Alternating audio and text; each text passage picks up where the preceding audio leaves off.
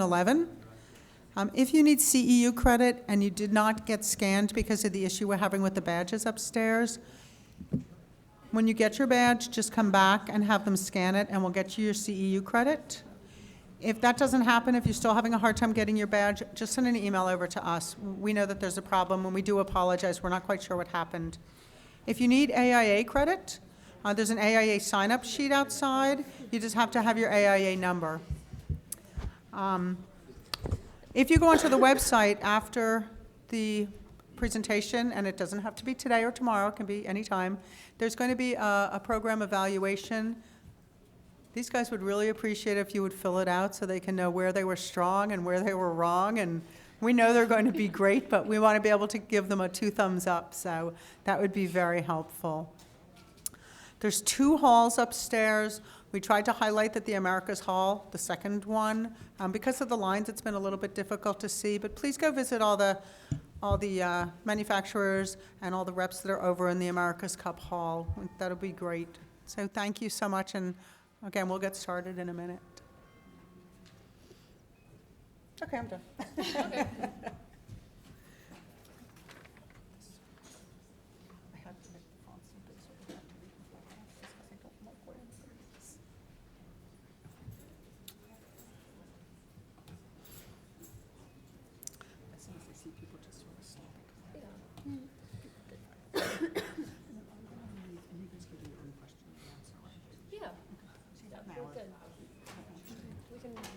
Is there time? An hour, 15 minutes. You just have to clear the room for the next talk. So you have a half an hour in between each session. All right, so thank you very much. And again, welcome to LEDucation 11. I'm Wendy Kaplan. I'm with Felix Lighting. Please come visit us. We're in booth 313. Welcome to Evidence-Based Lighting. It's a review of classroom case studies with Natalia Lesniak and Uta Besenecker. Architectural lighting designer Natalia Lesniak is a multidisciplinary practitioner with a background in education in the arts and sciences from the Cooper Union School of Art and the Lighting Research Center at Rensselaer Polytechnic Institute. She's worked on experiments and research that focus on the impact of light on circadian rhythms, cognitive performance, and the development of research-based light therapy and design strategies.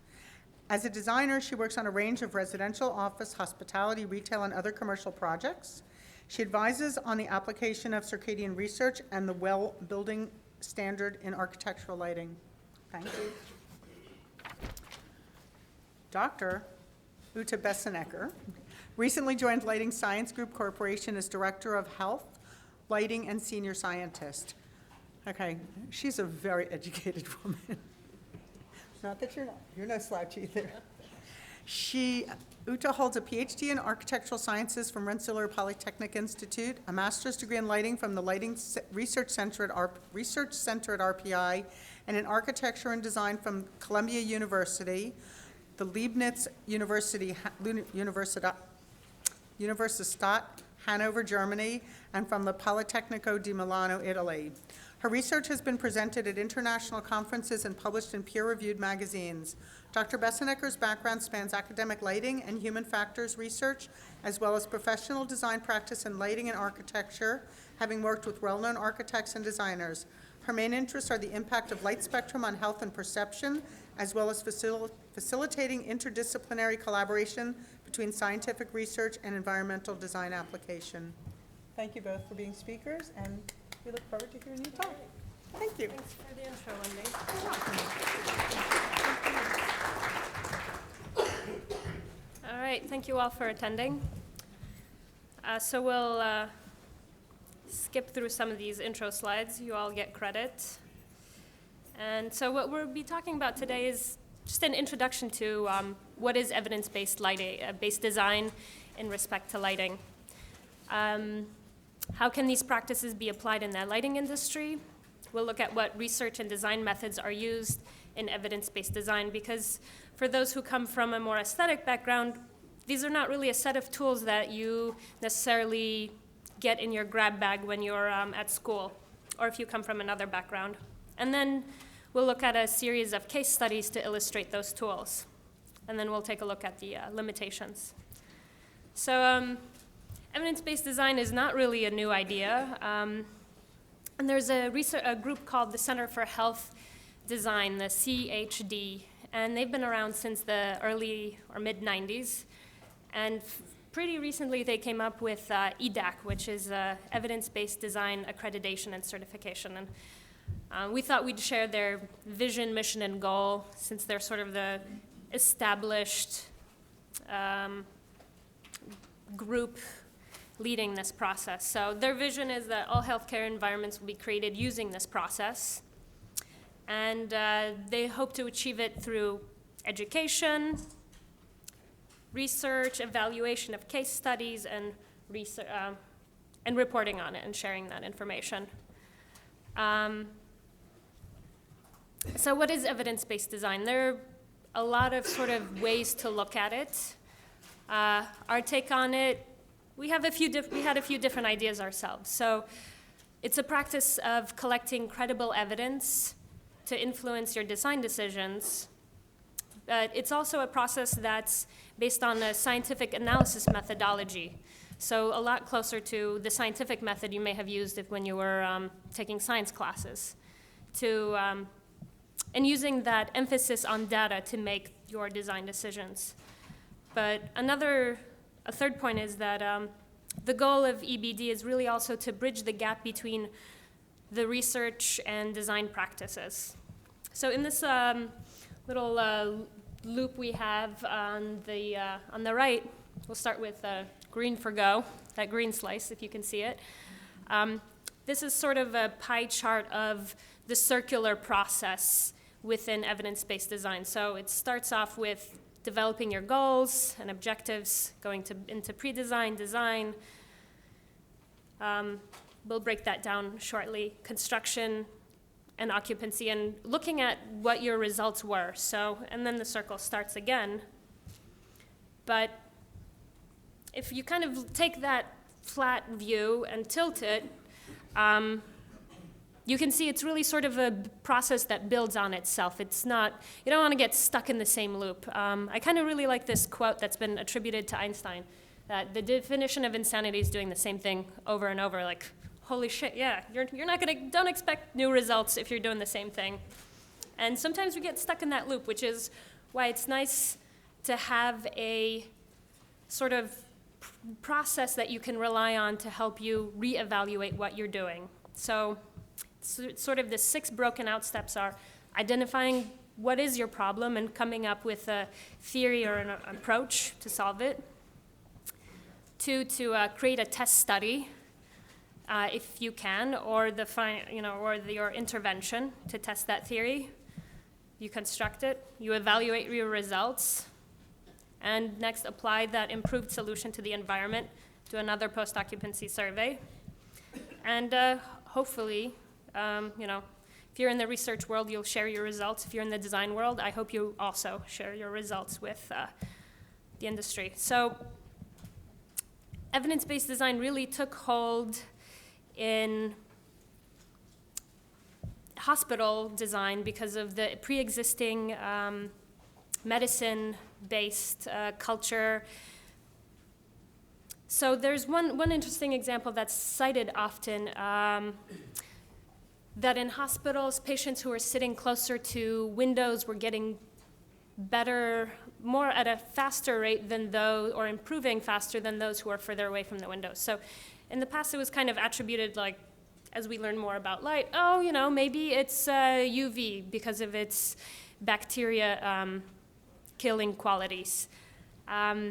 But as we're learning more about light, we're also learning, maybe it's also the connection to the outside environment, so biophilia, that you have that window, that outside view.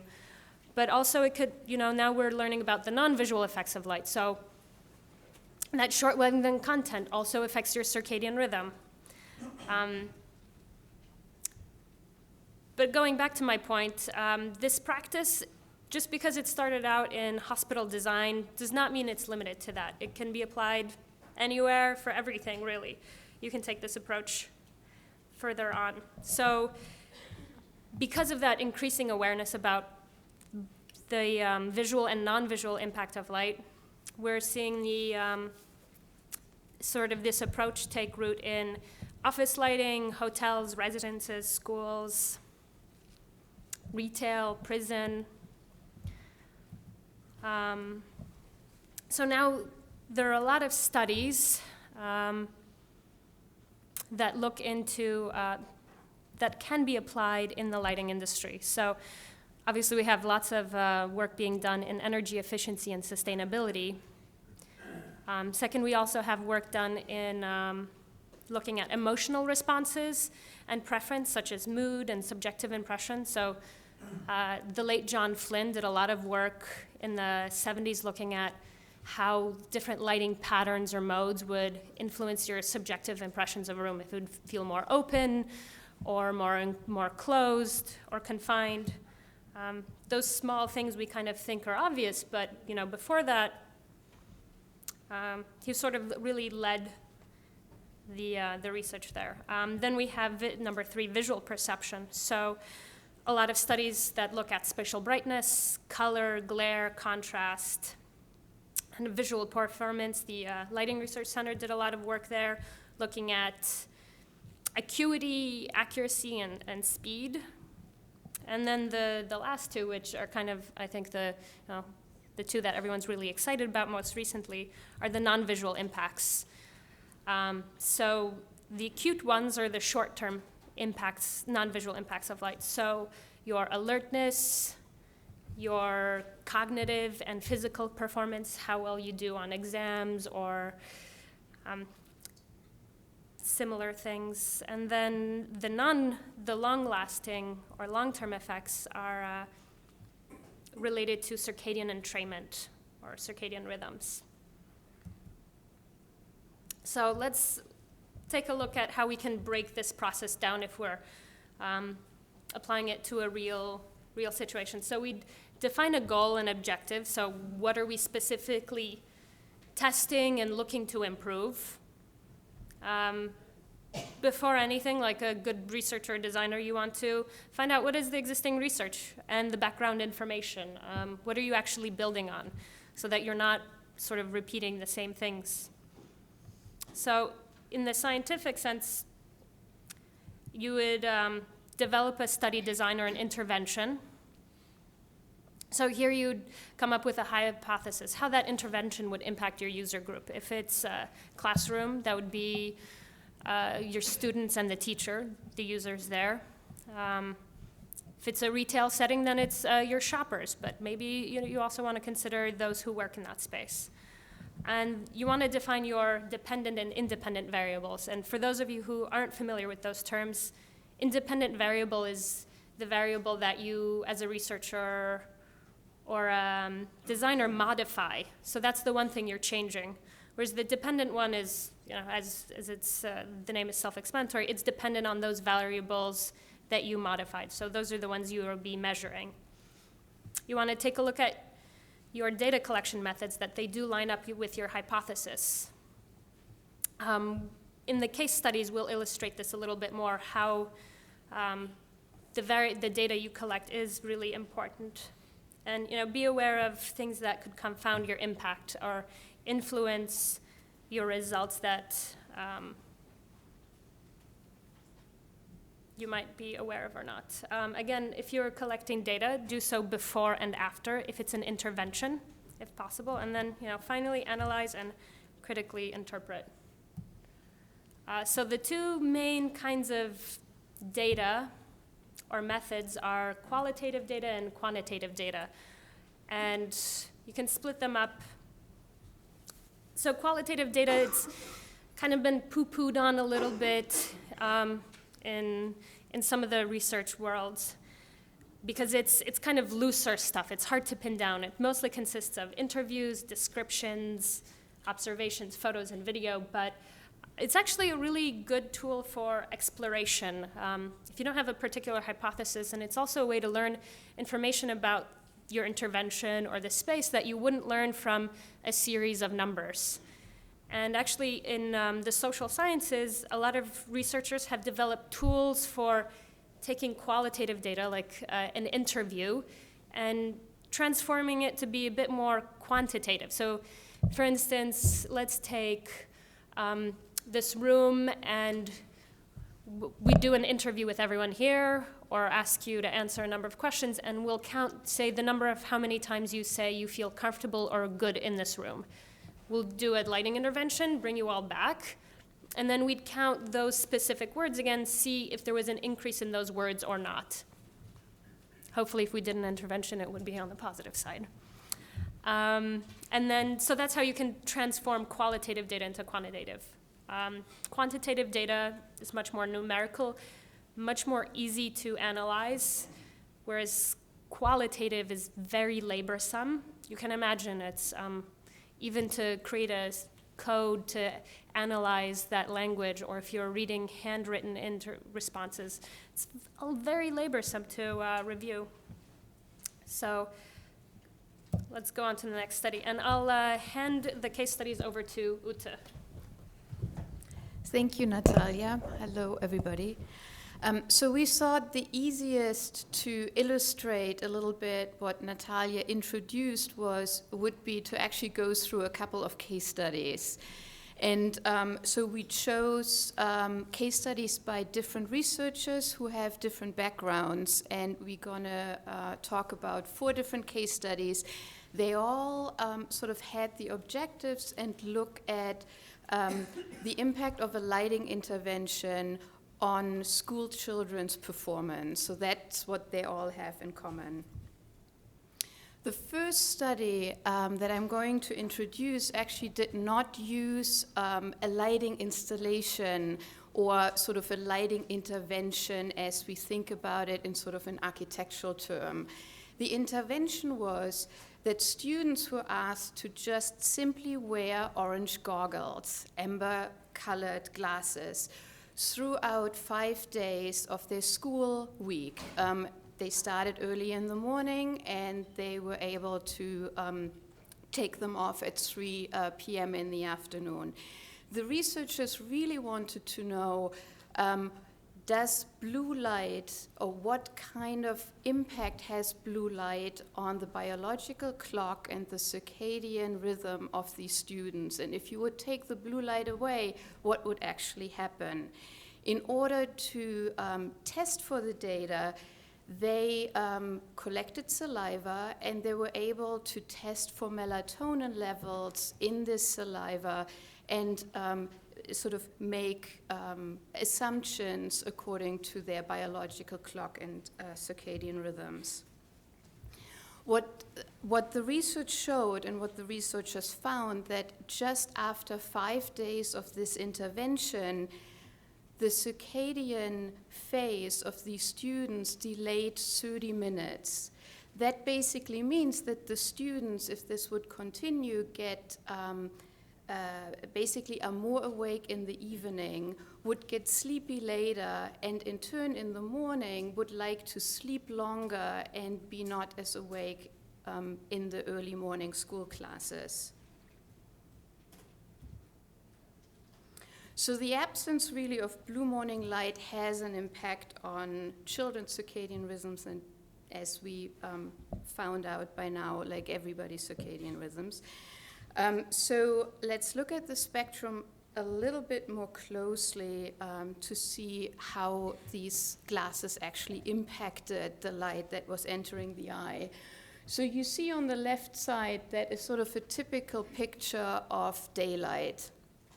There is a high energy content throughout the entire spectrum at every visible wavelength. So you have a lot of sort of short wavelengths, bluish lighting, and you have a lot of long wavelengths, sort of like amber reddish light.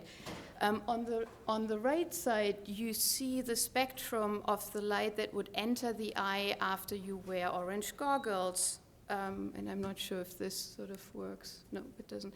But basically, it would cut out a lot of the short wavelength, sort of blue and greenish light. So the only light that would enter the eye would be the amber and red, like long wavelength light. There you go. That makes... Oh, it's the second button down? This one. Yep, okay. So there, this is filtered out, and so this would enter the eye. Can I actually... even oops.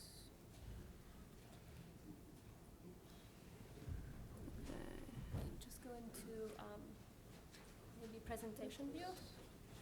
Good. There we go. Got it back. Sorry for the glitch.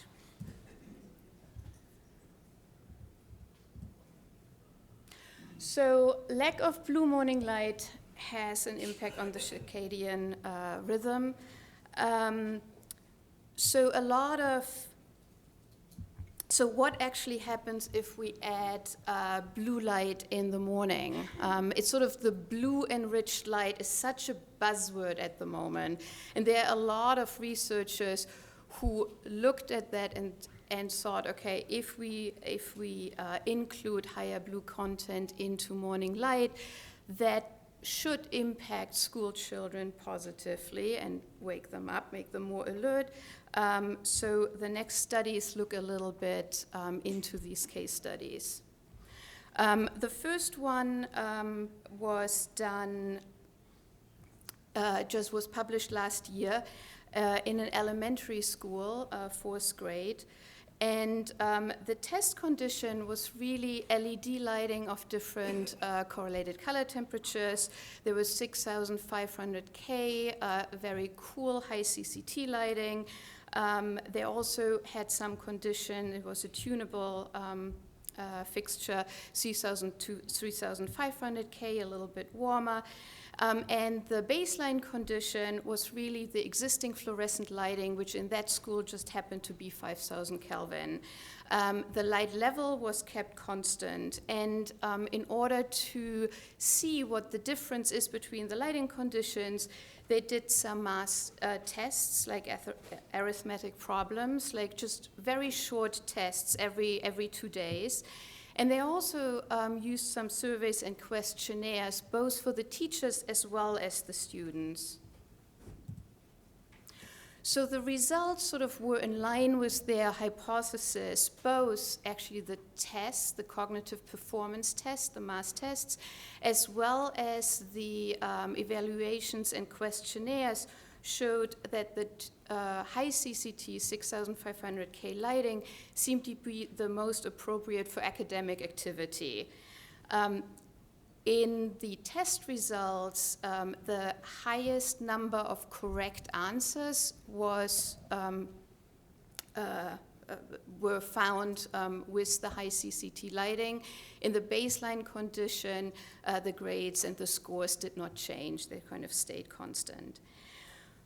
So this study really tested, sort of they used as the metric correlated color temperature of the light, sort of as a proxy for the blue enriched and blue content of the light.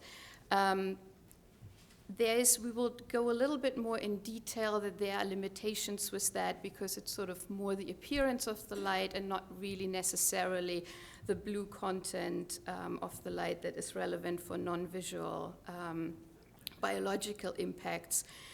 So I just wanted to point this out as a limitation. They also did not list any other of the lighting metrics, like color rendering, for example, or any of the other visual performance metrics or quality metrics that are applicable in lighting.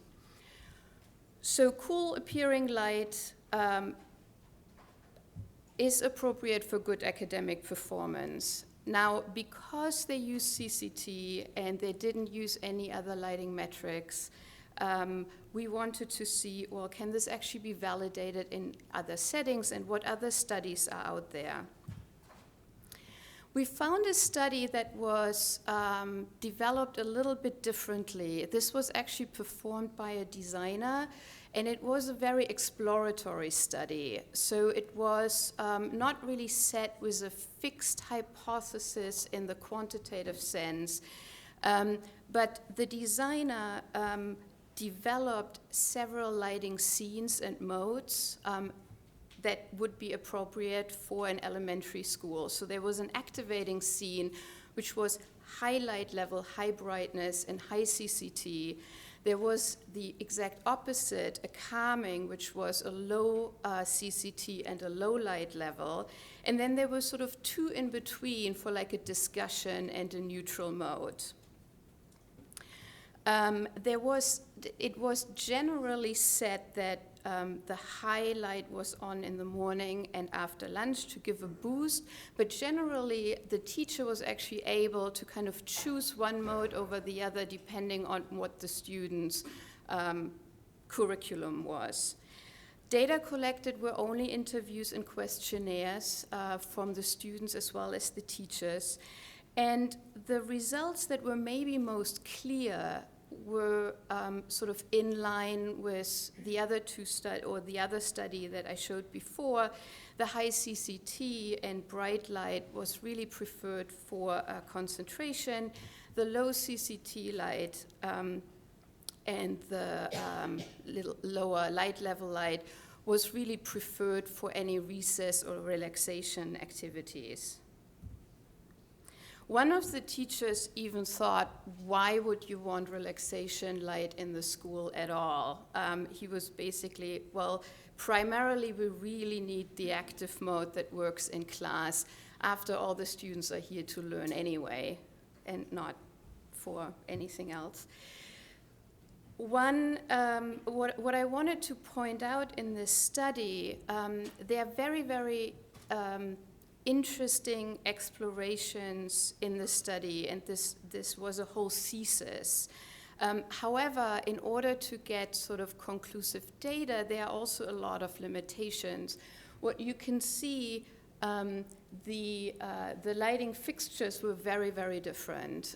So the existing lighting was sort of the pendants, the new intervention was a different fixture. There are also a lot of different variables, and multiple variables changed at the same time. So the CCT, the high CCT was always together with the high light level, and the low CCT was always sort of coupled with a lower light level. So you don't know if this impact actually has anything to do with the color of the light, with the spectrum of the light, with the intensity of the light.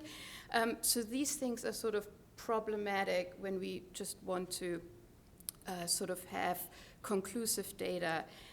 In addition, there were a lot of reports that lighting changes were not very smooth. And it's an elementary school, so students really notice and start to comment on everything. So they were not very smooth, so the lighting changed really from one moment to the other, and that was very distracting. Also, the corridor light remained the same, so there was a huge contrast from one environment into the other. And we only really got qualitative results. So in my opinion, such an exploratory study is very informative and great. It would, however, benefit from sort of a more focused quantitative follow-up. I'd like to add one thing. Also with this study, it was kind of unusual in that it was trying to see how they could use light as a pedagogical tool, sort of as a, if students were being a little rowdy, to use the warmer and lower light levels to maybe quiet the students down. So I thought that was interesting. How effective it was, it's again hard to say since the results or the data collected was just based on interviews. So it seemed like for the most part the teachers liked it, but we're also challenged by the technology itself. There were some kinks there. So the one finding sort of in line with what we were talking about before was that the cool morning light of high brightness was appropriate for the academic setting. Another discovery, which I just wanted to point out, the researchers really found that the lighting equipment and controls still have limitations, and that is something that's not always sort of talked about. It always seems like, hey, you just need to do it, but it wasn't as easy for them to actually get a smooth shift and implement like a working system into a school. Now, one can obviously discuss if you actually need a system like this in a school, which the teacher pointed out, but that's sort of a different discussion. So there was no quantitative data and focused analysis. So as the last study that I am going to present, we were looking for a study that was very quantitatively method driven. So there are a number of these studies, so this is not the only one, and if anybody wants a list, I'm happy to send some more studies. This was done or published in 2014. It's a study that used 2 classrooms. One classroom, they installed blue-enriched high-intensity light. They actually used 14,000 K lighting, which was indirect. It was not direct. They had a direct LED light of 4,000 Kelvin, and then they did an indirect boost of 14,000 Kelvin. The baseline condition was a different classroom where the existing lighting was in, which was some were 3,000 and some were 4,000 Kelvin fluorescent fixtures. They did cognitive standard performance tests. So this was a high school, so they are standardized tests for cognitive performance, processing speed, concentration that are age appropriate and can be used for children as well as adults.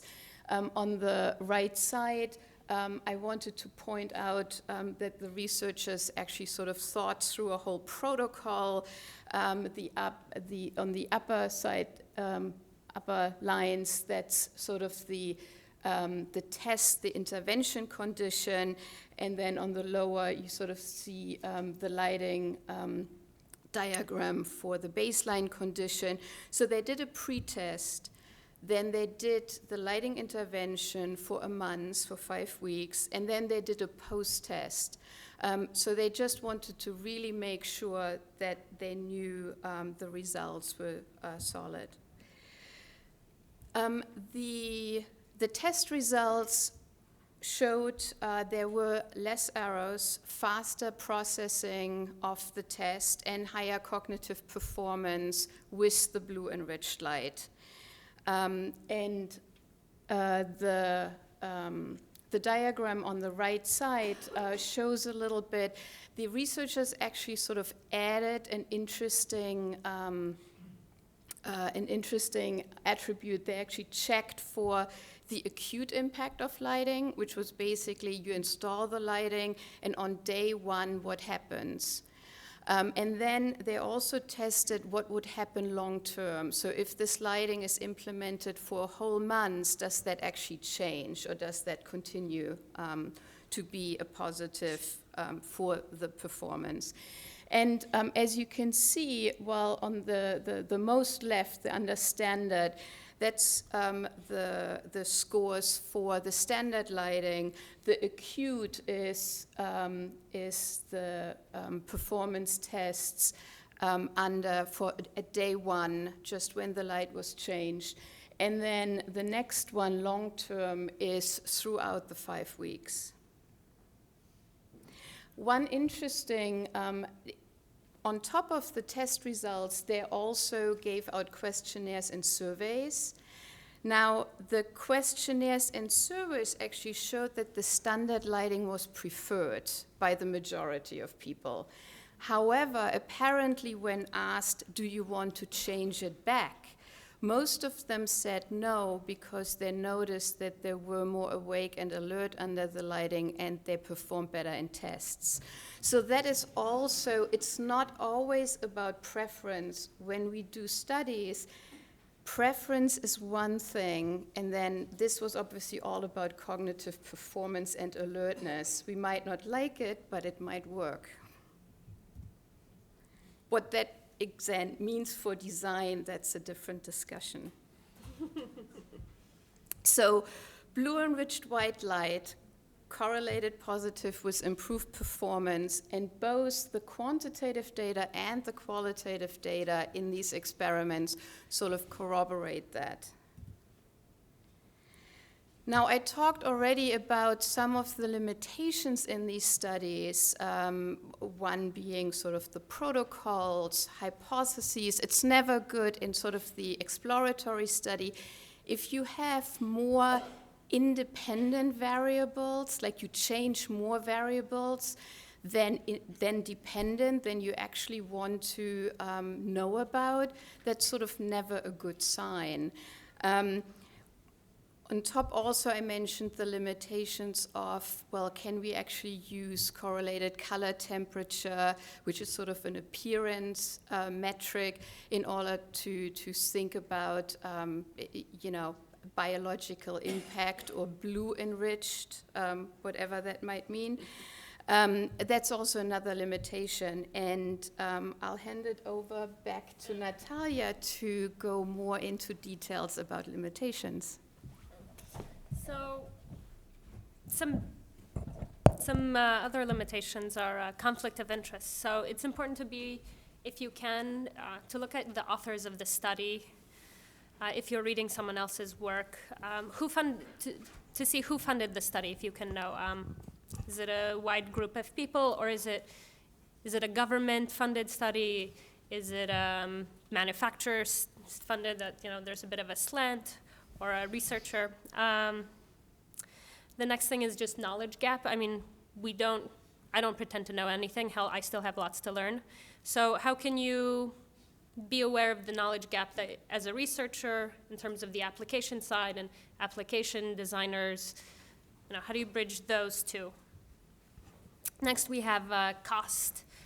I think I've never had a project where I probably haven't had to be concerned about the cost. We're kidding. We're living in a real world.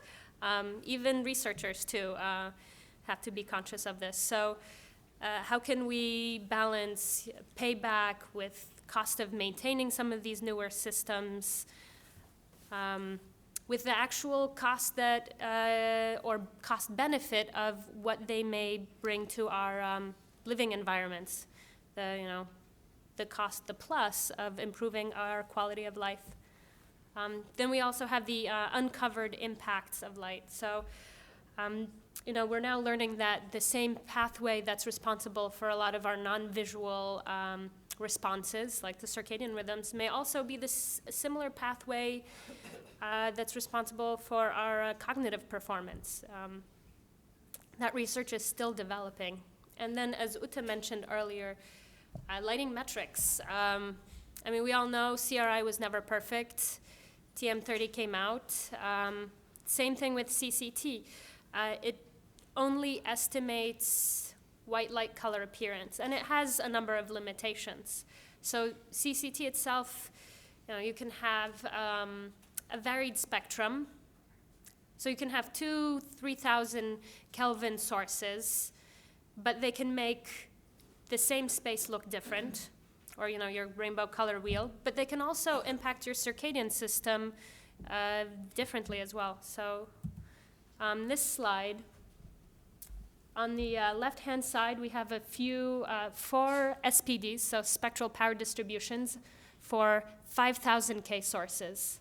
And on the right, we have 27K. So if we just focus on the left, we'll see there's a lot of variation there. Hopefully, some of you have guessed that the top one is a spectrum of daylight at some point in the afternoon. And then the lower 3 are from LED sources. And even those, within the LEDs, where that big spike in the smaller camel hump is, that can all move around depending on your phosphor combination. So if you look in this, is this working? Yes. In this top central graph, if we look at the ANSI bin, so we have this circle here. So they all fit within 5,000 K, what's approved. But they're sort of like X, Y coordinates. They're all a little different. And depending on if they'd land, at the top end, they could be in opposite corners, still be called 5,000 K, but do completely different things for your visual and circadian rhythms. And if I could just Sure. Briefly intersect, even if they would be exactly on top of each other, there would be two light sources who would plot exactly on the same XY coordinates. They still could have a different spectrum, and they could still have a very, very different impact on the non-visual system, for example. Yeah, I think actually two of these do plot on top of each other. It's just hard to see.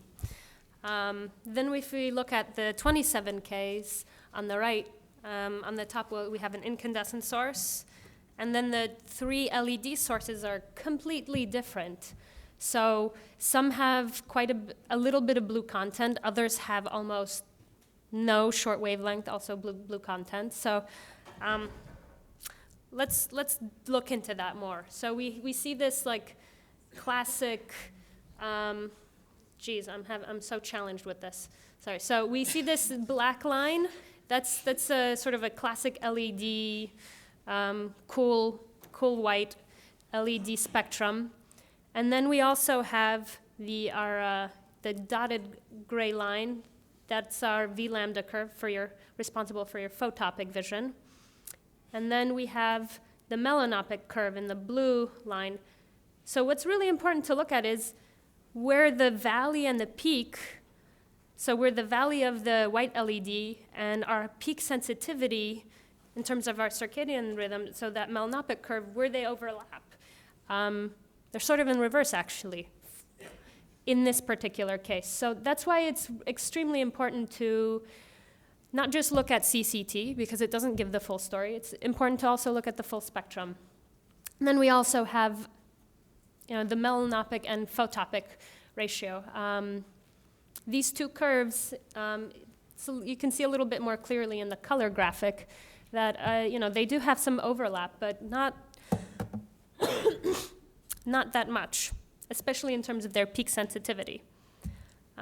Going on to, not destroy CCT, but it's a metric that's actually based on the 2-degree foveal field.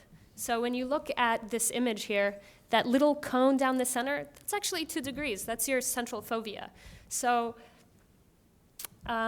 it's a little bit limited. The same thing for light levels. We see a hell of a lot more.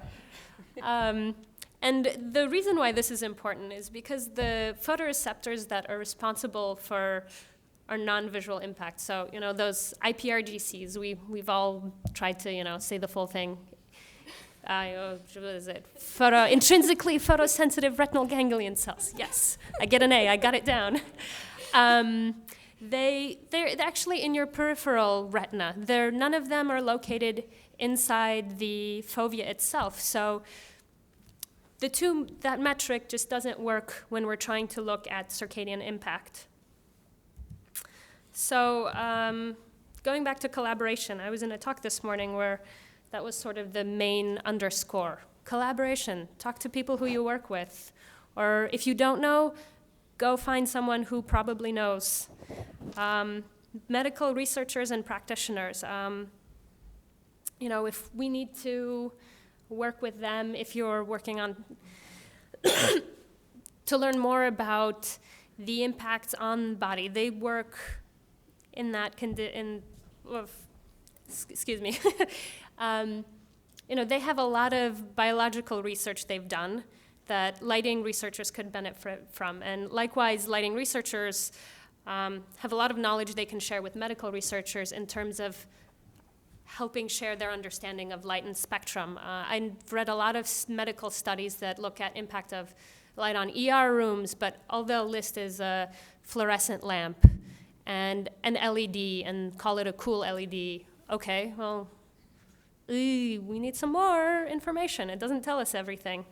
Also, cognitive and visual neuroscientists, working with your lighting manufacturers, lighting designers, and as always, remember, who's your target audience? Who will be living and working in that space? The same way you'd start a design process, you try and figure out the programming. Yes, you got these plans from an architect or from your client, but who will actually be in this space? Maybe they'll be using it differently than you presumed. And if I can sort of interject, I think a lot of limitations in these studies would actually sort of not happen, or these studies would benefit if there would be more interdisciplinary collaboration, because all of these different groups actually have their own expertise. And I think and lighting is an interdisciplinary endeavor, and there is just not enough sort of cross-talk between the disciplines. Yeah, thanks. So we sort of have some questions and comments for ourselves, sort of. So earlier I mentioned this EDAC certification. Is it necessary? I don't know. You guys can answer that for yourselves. I think it's good to be aware and read about the research that's out there and participate, actually, if you can. Another thing is research methodology education necessary in design disciplines? Personally, I think, hell yeah. I don't know why it isn't available in some schools. There are well-known, renowned architectural schools where there are, they have research departments, and those two never talk. And this, and evidence-based design isn't new. It's been around for decades now. I mean, people who are focused in this field on trying to bridge the gap between research and design, they're always, like knocking their heads like, come on, guys, let's just talk to each other. And again, just to underscore the point, good designers, I think, always do research. You always try and learn more and figure out what the baseline is and how you can build on that. And the next point is that, I don't know, I've heard some people say that some studies, they are limited, like in a number of the ones that we presented. Most of them were classroom studies, but in some that are out there where there isn't as much cross-pollination, it's harder to apply certain results because they're so narrow. It'll be just looking at a sliver of an aspect of how light affects something. So sometimes they're not as generalizable. And part of it may be as a result of the metric that's being used. Which is really, this is not to say both. Natalia and I, we are coming from a design background, and then we actually learned about sort of more academic and scientific research methods afterwards. And so I think designers do have research methods, and they use them in order to get the best design projects out there that, can be dreamed up. Academic research has a different objective. Going through these exploratory and quantitative and qualitative methods, it's really not that one is more relevant and correct than the other. But they both have strengths, they both have weaknesses. If you do a very strong sort of quantitative study, like with the cognitive performance, the last study, that has certain strengths, but it's narrow and might not be applicable for other design projects. So I think there really needs to sort of be some collaboration, and design knowledge could benefit academic researchers that actually do case studies in real-world environments, and vice versa. Academic research methods like proposed by evidence-based design can certainly benefit design researchers. But again, it's really sort of about the connection and the collaboration, and with that, we really want to open this up for questions and a discussion, and sort of hear opinions from your side. So question one is sample size. I have a bit of an issue with a sample size of 11 or 58. And the second question, I'm not sure quite how to phrase it, but in the context of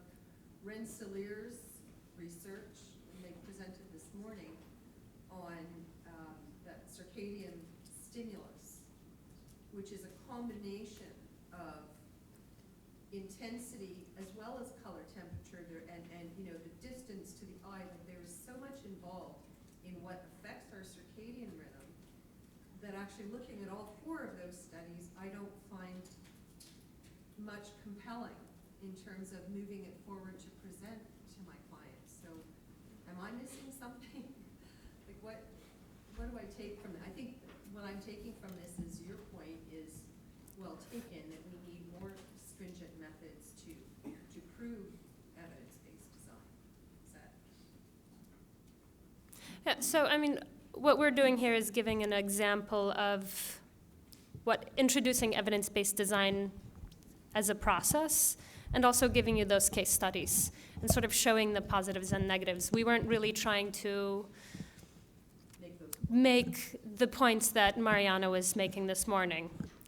I mean, we've actually both done some of that research ourselves, but we wanted to just focus in on a classroom, a certain type of space where these studies have been, where evidence-based practices have been used.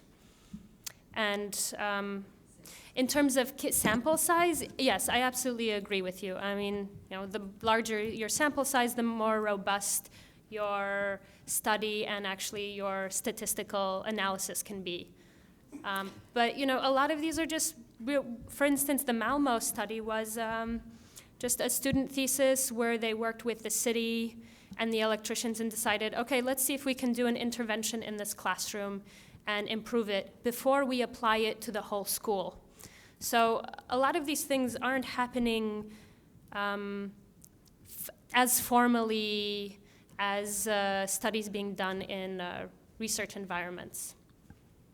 Do you have anything to add? Yeah, well, I wanted to sample size. I mean, I think that's why we chose to actually present 4 studies, and there are many more, and they all sort of show similar things. I mean, there is, like, I understand the point that, well, they all talk about CCT and light level, so there is no real quantification of the stimulus. So I think there is, and I think I wasn't at Mariana's presentation, but I assume that was her point, that there needs to be sort of a metric to actually quantify this better. But there is a lot of research been done, and all of those, even if they only have 11 or 20 or 50 students, sort of go into the same direction. And I'm just responding to when you said, I'm not sure I can recommend something to my client. It sort of depends what you want to recommend. Even in a similar school, because with the Rensselaer research, I mean, the idea is that you can take a low CCT, increase the intensity, and still get that same type of blue light stimulus by increasing intensity, depending, right? Well, So, and all those are pointing to really changing the CCT and the blue light stimulus. So, well, I mean, there's always a sweet spot, right? Because you can. There certainly with a lower CCT, there's a certain impact that you can't get, and also you would have to crank up the light level, and then you have energy issues. Yeah. So there's, but it's sort of a calculation that you can do for each. Yeah, like there are studies Condition. looking into both how spectral content, or even narrowband studies that just take blue light, so short wavelengths around 470, 480 plus minus, and then red, you know, literally red light, like 700 something nanometers, and look at, you know, your impact on your melatonin levels and the shift, advance or delay your circadian rhythm. Then there are also a lot of studies that look at light level independently. So if you're curious, we can direct you to those studies more closely. This again was more of an exploration of the tools available for evidence-based design, and to give designers and folks, the analytical language to look at those things more clearly themselves. Are there any other questions. Yeah. Yeah, Rosa? I mean, the defense of all this, I feel like what I take is that you gather all this information, everything that you learn, and then you make your decision. Like, it's not everybody telling you you have to do it this way. So thank you. And then the next thing I wanted to point out is that replications of studies is very important. Because Absolutely. not because someone did a study, that means that's the answer. Right. I think the really important thing is to have someone, okay, now you do it, and try to replicate it, and then you do it, and then you do, and then if there's no significant difference between the studies, then we're getting close to an answer, and that still doesn't mean we have the answer, but we're getting close. So, Yeah, totally. I support replication studies. It's the same thing in medical drug research. Sir, did you have a question in the blue shirt? Well, the point, I think, is it's more than just replicating the study. You have to be to the rigor of a double-blind Right. test, because you don't know if the lighting being switched out is being positioned as a, the placebo effect, like Pygmalion in the classroom. So everybody thinks they're supposed to be smarter or more alert and different. So you really need a Right. double-blind where they don't even know that there's. But then again, I'd go That- for a placebo. But it's that's a good point, But yeah. because also the questionnaires, right? The moment something changes in the routine, You have a control group. right? I mean, Yeah, but was there any concerns about, with enhanced blue, about, there's been earlier reports about macular degeneration, increased risk in wavelengths above,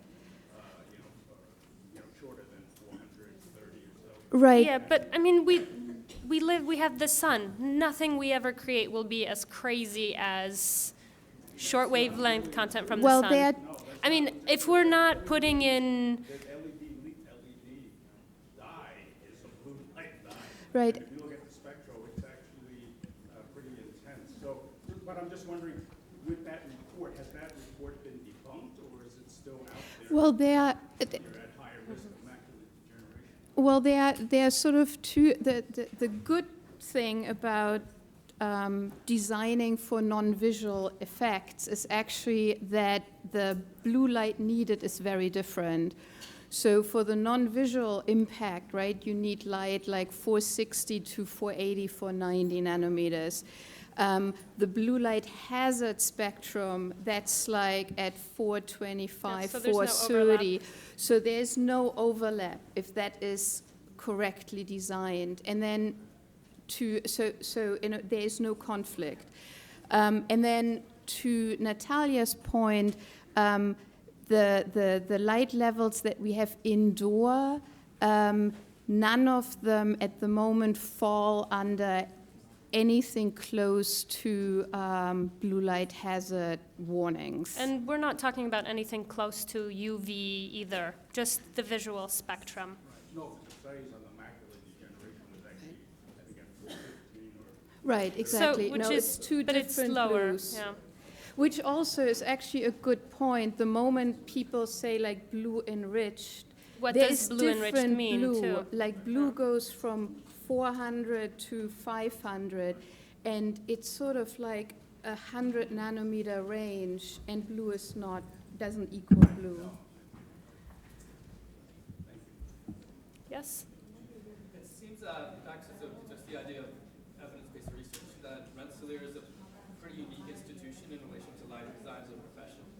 Is there any thought of like setting up a database or an online system where we could find this information for the research that's being done? Or make suggestions for research we would like to see done if we're designing a field we don't have time to create our own study here? Well, in terms of what is out there, a lot of the research at Rensselaer is actually government-sponsored. So anything that's government-sponsored has to be accessible to the public. So if you look up the LRC, you can find a lot of that information on their website. You might have to dig a little, but it's there. And the DOE also has a lot of research that they've sponsored. And, I have some links to places, so we can, discuss afterwards.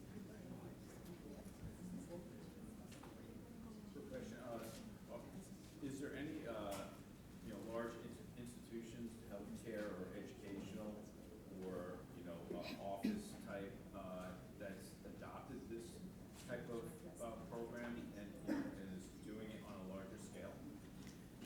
By program, what are you referring to specifically? Evidence? Oh, that.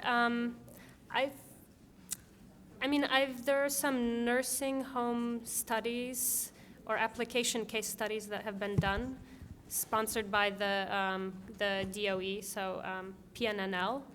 And there are a few schools, I believe, that have done this actually in Sweden.